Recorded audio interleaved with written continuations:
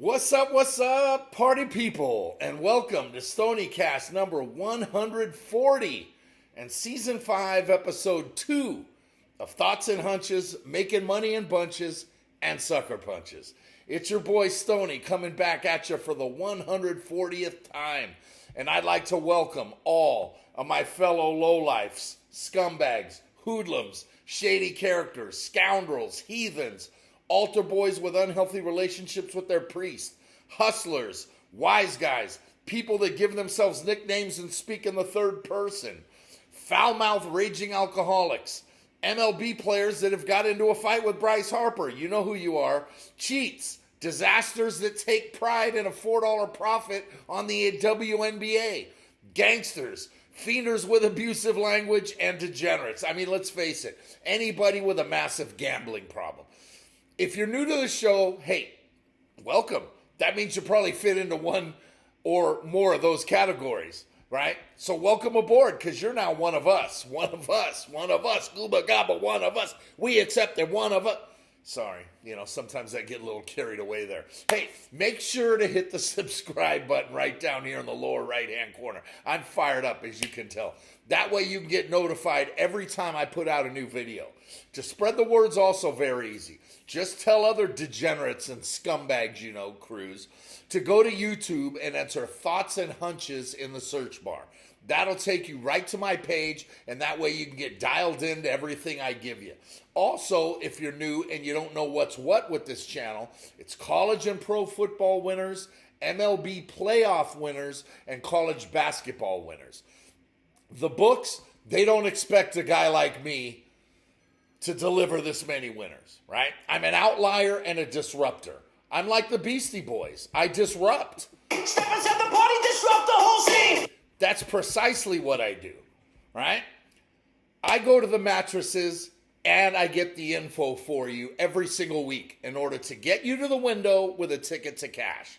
Now, before I get to the picks, as usual, I have a couple of thoughts. Give me all you got! Listen, give me all you got! Can never get enough of that. Conference realignment has made things crazy this season. And it's going to take a few weeks before we figure out who's got the goods. Not to mention what teams are in what conference. The 12-team college football playoff that is making its debut this year makes things even a little more interesting. And here's why. Up to at least 20 teams will all be in contention well into November this season. Where in the past, with only 4 teams making the playoff, most teams were eliminated early, and we pretty much knew which 6 or 7 teams would be in the hunt by early November. Now it's going to be later, and more teams are going to feel like they still have a shot close to Thanksgiving.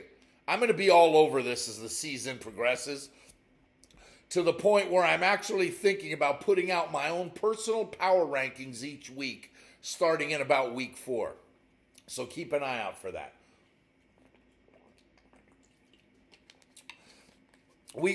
Speaking of college football, we got an interesting week starting tomorrow, as all the schools are going to play this weekend. And while there's only really 4 to 5 really juicy matchups, the rest are glorified scrimmages against an FCS school that is receiving money to get their asses kicked, playing at an FBS school. Now, all 4 games last week were interesting, and that all 4 dogs cashed. Like I said last week, anybody can win betting favorites, but to make money, you need to take the dogs. I didn't listen to my own advice, and I went with 3 favorites to finish a very, very rough first week at 2-5. Oh! Yeah, that's what it felt like. No problem, though, unless you live in southern Mississippi and nitpick every move I make. If you do, get yourself a life and figure things out on your own. I dare you to give me all your picks before the games start and try to compare your numbers to mine. You'll lose every time. Forget about it, right? So instead of talking shit about my picks, just worry about your own, hoss. If you can't make up your mind and you're waiting eagerly for my picks to come out every week, then you need to take a good hard look at yourself. right? If you lose on one of my picks and then have the audacity to talk shit in my comments, well, that just says more about you than me. And don't tell me what I need to do. What you need to do is shut the fuck up. Oh, oops, sorry. Am I live? Are we on the air? Hang on. Sorry, that one kind of slipped out. Like I said last week, do your own research. Just like my boy Vinny B. Shout out Vinny B. Then compare them to mine. And if you do that, I promise you, I'll beat you in the end while you sit there with your I'm with her t-shirt. Please. Yeah, it was a rough first week, but I have absolutely no concerns. And I look to turn it around this week. Some bettors look for that one big bet. Just give me one. No. If I just gave you one, I'd mortgage everything I own, sell it all, put it all down on one game, and walk away with $1 billion. No. It doesn't work like that, right? They look for that one big bet. I go for quantity. Let me bet as many games as I can, and I'll still come out in the winner's circle instead of betting German soccer, Sofo.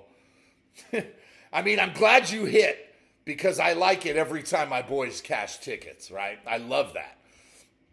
But if you keep betting Euro soccer, you're going to lose, brother. A lot like LSU fans who are unable to do their own research. So props to Sofo for showing the ticket receipt for his winner. And yes, it was a winner. It wasn't a $3.75 winner cruise. Sofo's making money. Cruz is winning, but not making any money. Huge difference. Props to Sofo. Big props. Pay him. Pay that man his money. Deion Sanders is back in the news, and for all the wrong reasons. Deion Sanders does not want to interact anymore with a certain member of the Denver press who Deion believes has been too critical of his program in Boulder. The sports media is now all up in arms and calling out Deion for not talking to a sports reporter. I mean, I just can't understand this. That's more outrage than the national media has been in regards to Kamala Harris not talking to anybody for 6 weeks.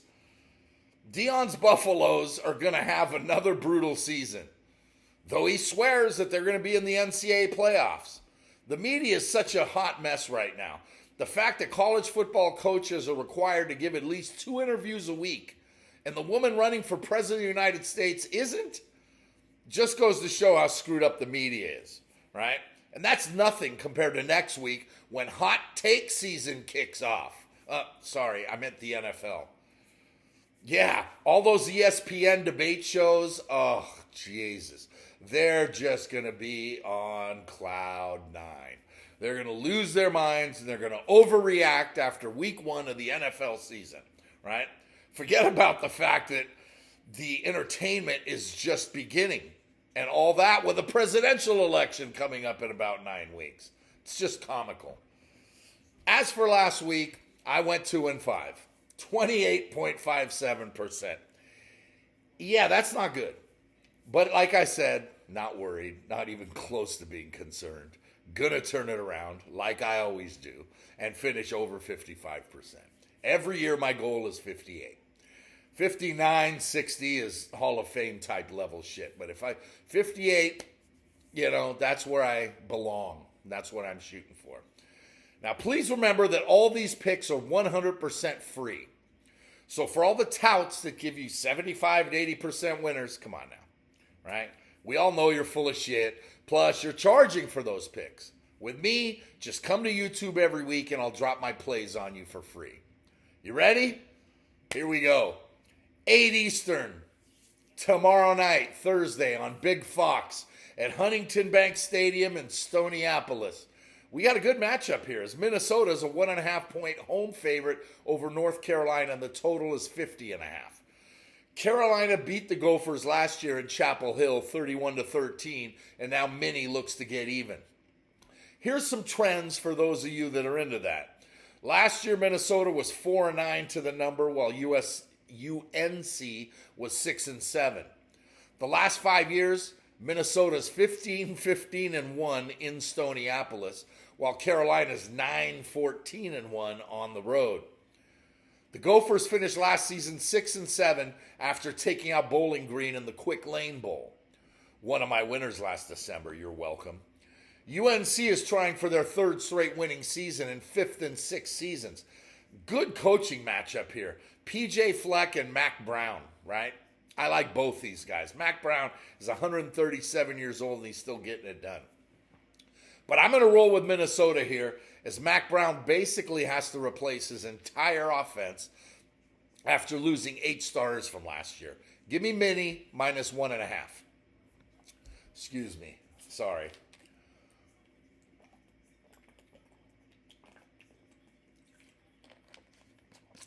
Friday, 7 Eastern on Big Ten Network at Spartan Stadium in East Lansing. Michigan State is a 13.5-point home favorite over Florida Atlantic, and the total is 47.5. FAU hasn't beaten a power conference since 2007, but that was when the great Howard Schnellenberger was at the helm for the Owls. Both schools here are coming off miserable 4-8 seasons, and while Tom Herman is trying to build a program at FAU, Jonathan Smith is on the hot seat for Michigan State. Quarterback Cam Fancher transferred from Marshall, and he'll be the starter for Florida Atlantic. Jordan Childs takes over at quarterback in East Lansing after transferring in from Oregon State as the second-rated transfer portal quarterback, according to 247 Sports. But can he provide a spark to the Spartan offense that struggled mightily last season?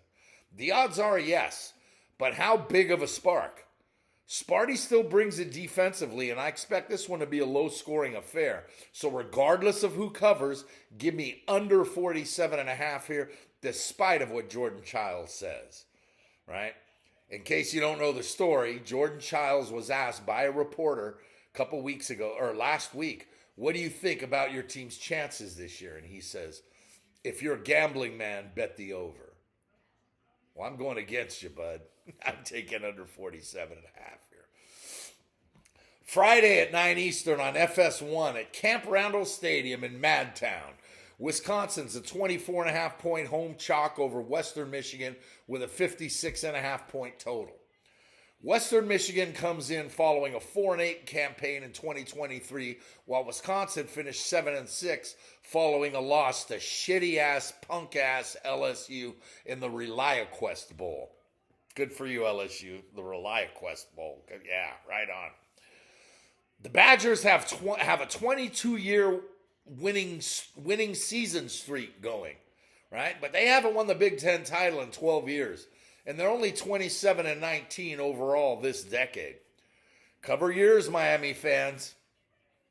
Got to earmuff it, all you Canes fans. But Tyler Van Dyke takes over at quarterback for Luke Fickell's Badgers. And after a great freshman year in South Florida, Van Dyke has regressed. And now he's in Madison. Fickell is overhauling his whole team except the offensive line, which is always the strength of the Badgers. And they should win this one going away. But Western comes in looking to improve and shoot for a bowl appearance this year. The number is big and Wisconsin should cover, but with Alabama coming to Camp Randall in 2 weeks, Wisconsin isn't about burying anyone. They're just about winning and staying healthy. Give me Western Michigan here, catching 24 and a chunk on the road. Friday night, 10:30 Eastern on ESPN at Stanford Stadium in Palo Alto. Shout out E40. TCU heads west as 8.5-point road favorites over Stanford and a 61.5-point total. Stanford finished last year 3-9 for the third straight season in head coach Troy Taylor's first year in Palo Alto after going 0-6 straight up at home. Not good. The good news is that he's returning the second most starters in the FBS from last year.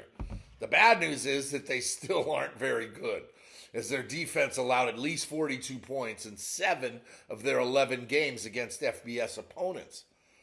And they lost to FCS, Sacramento State, Stingers high, last season as well, right?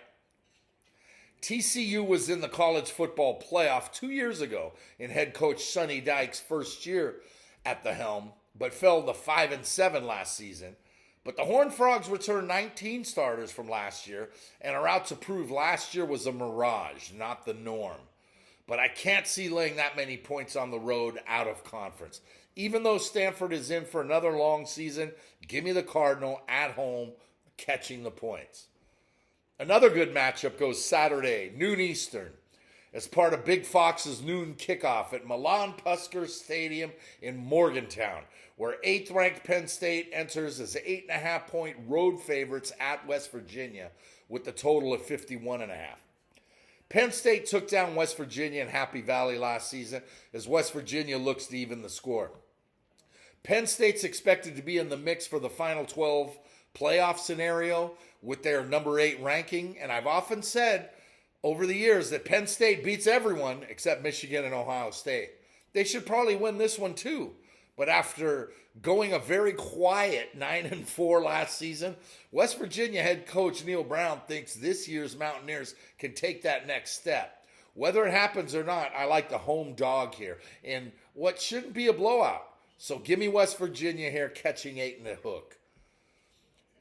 ABC gets into the action at noon Eastern in the first game of their triple header in the Aflac kickoff game at the neutral site of Mercedes-Benz Dome in Hotlanta, where top-ranked Georgia is a 13.5-point home favorite versus 14th-ranked Clemson, and the total's 48.5.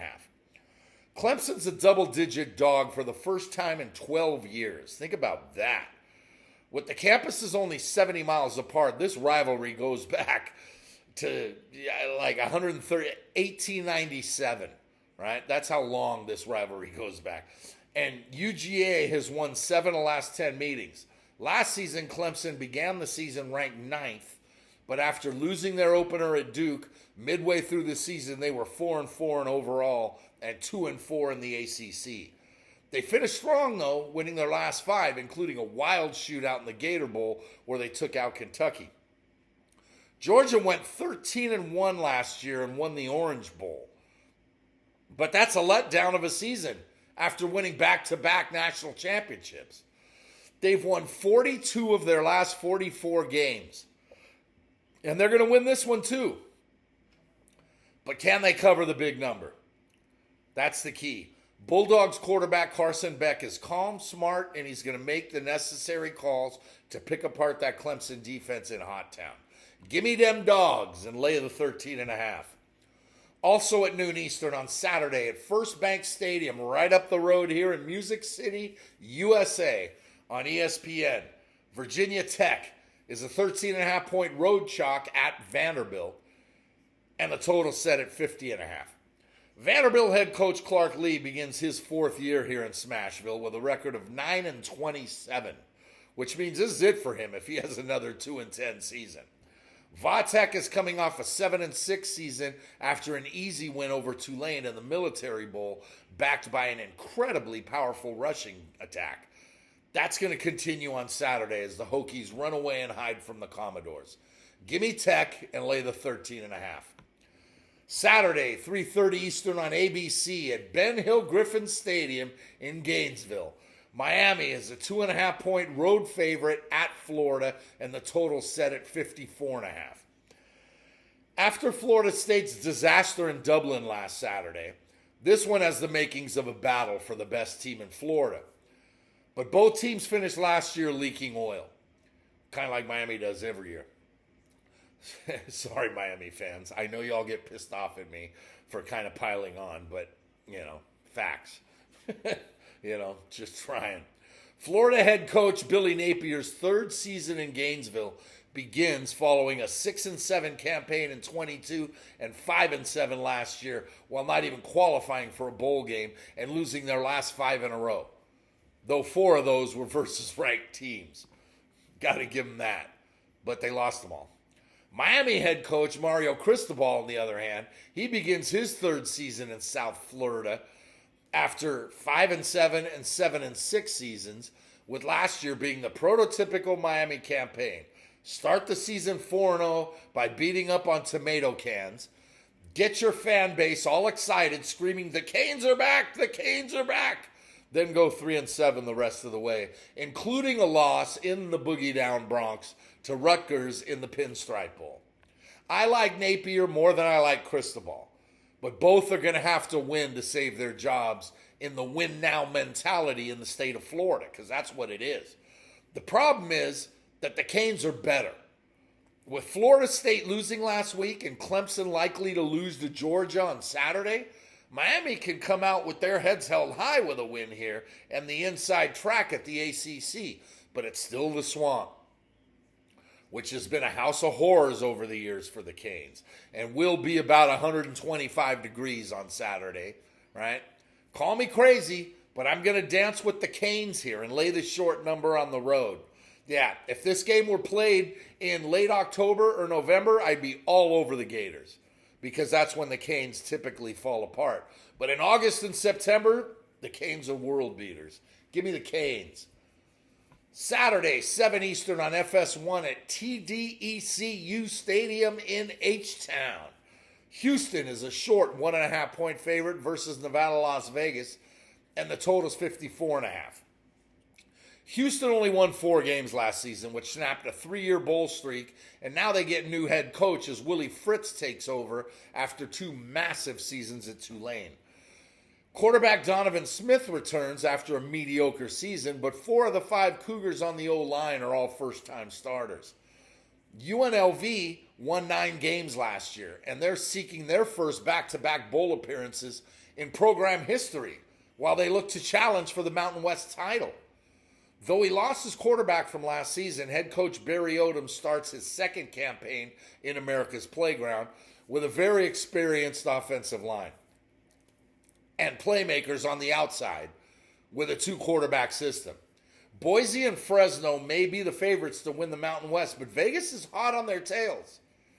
I believe Houston is a short favorite because they're at home, but I'm going to dance with the Rebels here as a money line dog. Take note, Cruz. That's how you do it at plus 105.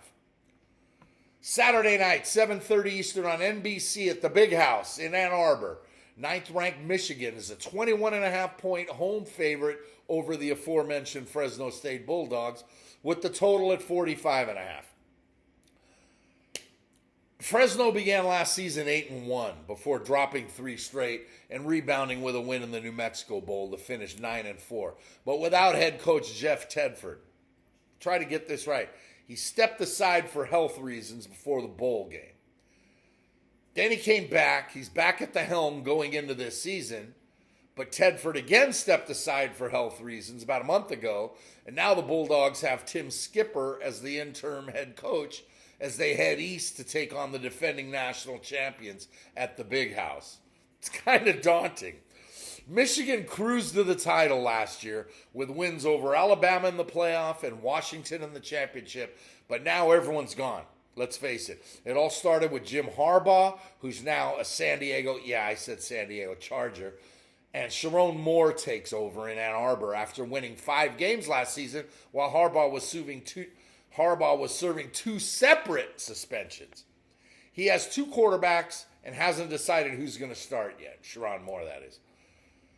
And you know the old saying, if you have 2 quarterbacks, then you don't have one. Michigan wins easily, but I'm on Fresno to get the cover here, possibly through the back door.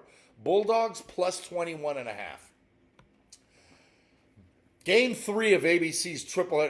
By the way, real quick, sorry to disrupt, but I'm watching Casino. It's on AMC right now. I want De Niro suits. The orange suit, the pink suit. De Niro is dressed so outrageously in this movie. It's just fucking great. Sorry. Oops. Are we on the air? Is that on? Is that working? Sorry. Anyway, back to what I was saying. Game 3 of ABC's triple header is at Kyle Field in College Station, where 20th ranked Texas A&M is a 3-point home favorite over number 7 Notre Dame, and the total's 46.5.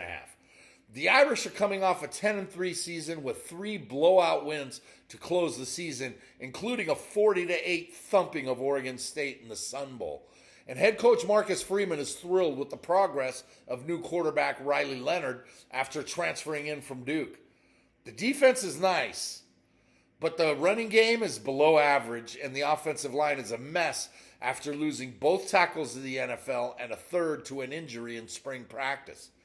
A&M is similar to Notre Dame with an elite front seven and solid wideouts, but a patchwork offensive line. Quarterback Connor Wegman, who, a lot like Leonard, is going to use his legs much as he uses his arm. Both defenses are top-notch, and both offenses are going to have issues. But Riley Leonard, Notre Dame's new quarterback, was coached at Duke by new A&M head coach Mike Elko. Right? They were both at Duke last year, and in the Notre Dame-Duke game, Duke was winning. Riley Leonard was outplaying Sam Hartman, who was the quarterback for Notre Dame at the time, until he injured his ankle and was done. Right? So Mike Elko, the head coach there, now moves into Texas to College Station, right? And Riley Leonard transfers to South Bend, right? So he almost beat the Irish last season, Elko. He almost, 21-19, I think, was the final score. And now he's had an entire offseason to prepare a defense against a quarterback he knows better than anyone else in the country. Right? And he's a defensive-minded head coach. He's preparing a defensive plan to stop the quarterback he knows better than anyone. Give me A&M. Lay the field goal and give me the under 46.5. Excuse me. Sorry. All right. Saturday night, 7:30 Eastern on CBS at the TC Ching Complex in Honolulu. UCLA comes in as a 14-point favorite at Hawaii, and the total's 54.5. Hawaii beat FBS Delaware State on Saturday, one of my losses, and didn't come close to covering the big number against a clearly inferior team, traveling 11 hours on the plane. Now, Hawaii, they beat Delaware State easily, right? Okay? But that's because Delaware was completely outmatched. But they still hung in there. A 40-point spread? Hawaii didn't even score 40 points. Were they looking ahead to UCLA this week? Possibly. UCLA comes to Oahu with plenty of questions. All of their best players from last year are gone. Every one. And Deshaun Foster takes over as head coach. First year. Yeah, dare I say UCLA legend Deshaun Foster. He was very good at UCLA, but legend, I don't know. But hey, I'm a UCLA fan. I'm rooting for him. I hope he does really well. Ethan Garbers gets the nod at quarterback full time this year after sharing time last year. And while his numbers were good, his weapons are all gone. As a UCLA fan, I'm going to tell you the Bruins are going to win this game, but Hawaii covers. Give me the Rainbow Warriors plus 13.5. 10:30 Eastern on FS1 at Mountain America Stadium in Tempe. Arizona State is a 6.5-point favorite over Wyoming, and the total set at 47.5. Wyoming went 9-4 last season, capped off by a win over Toledo in the Barstool Sports Arizona Bowl. Shout out Dave Portnoy. The Cowboys returned 2 of their 3 top backs from a powerful rushing attack, and they look to take the next step this season. ASU's now in the Big 12, and they opened their season at home as a favorite, despite the fact they went 3-9 last year. I like their head coach, Kenny Dillingham. He's a true man from the Valley, going to high school in Scottsdale and college at ASU. It should be a rough year for the Sun Devils in the Big 12 this year, but I like them to cover the number here at home. Give me ASU minus 6.5. Moving on to Sunday night at 7:30 Eastern on ABC at Allegiant Stadium in America's Playground, Sin City. 13th ranked LSU is a 4.5-point favorite over 23rd ranked USC with the total at 64.5. SC went 8-5 last year, while LSU went 10-3. Neither defense was good at all, as the last 2 Heisman Trophy winners were leading their respective offenses. But Caleb Williams and Jaden Daniels are gone. They're in the NFL now. That won't matter here, though, as both offenses should have no problem scoring. It's a big number, though. Will it be a shootout? Neither quarterback is much to look at, but Lincoln Riley has a history of being innovative offensively and shitty defensively. A long history. Give me USC and the points in Vegas, which should be like a home game for the Trojans. Because LSU, really? Come on. Yeah, right. And finally, on Monday night, at 7:30 Eastern on ESPN at Doak Campbell Stadium in Tallahassee, 10th-ranked Florida State's a 15.5-point home favorite over Boston College, and the total's 50.5. FSU shit all over themselves last week in Ireland in a loss to Georgia Tech. And even though it was a conference loss, the only other two teams in the ACC with a chance to win could both lose this weekend, with Clemson facing Georgia and Miami taking on Florida. The problem the Noles now face is that maybe they can afford one more loss, but even that's questionable. If they run the table, though, they'll certainly be in the playoffs. BC gave Florida State all they could handle last season, dropping a close one. It was quarterback Thomas Castellanos that had a field day against the Noles defense, and he's back for more this year. But I like Florida State to get right and get their first win. Call me a glutton for punishment. Give me the Noles and lay the 15.5 to close out the week. Now, you may be wondering about the Degenerate Special. That all starts next week when the NCAA gets back to their usual schedule with no more games on Sunday and Monday because of a certain entity called the NFL kicking off their season. Next week will be the first Degenerate Special of the season. Okay, Cam, Lugo, get ready. So that's 16 plays to wet your beaks and get me back in the win column this week after last week's mess. The good news is that we've got about another 35 episodes until that first Monday in April to make up for bad weeks. 9 wins this week is a winner, and I'll gladly take that. But 10 would make a statement. Next week's video will also be out on Wednesday, so look out for that. And it's going to be one day prior to the start of the NFL season on Thursday night. So until then, just remember, if you want to win big, you got to bet big. Scared money don't make money. To me, the action is the juice.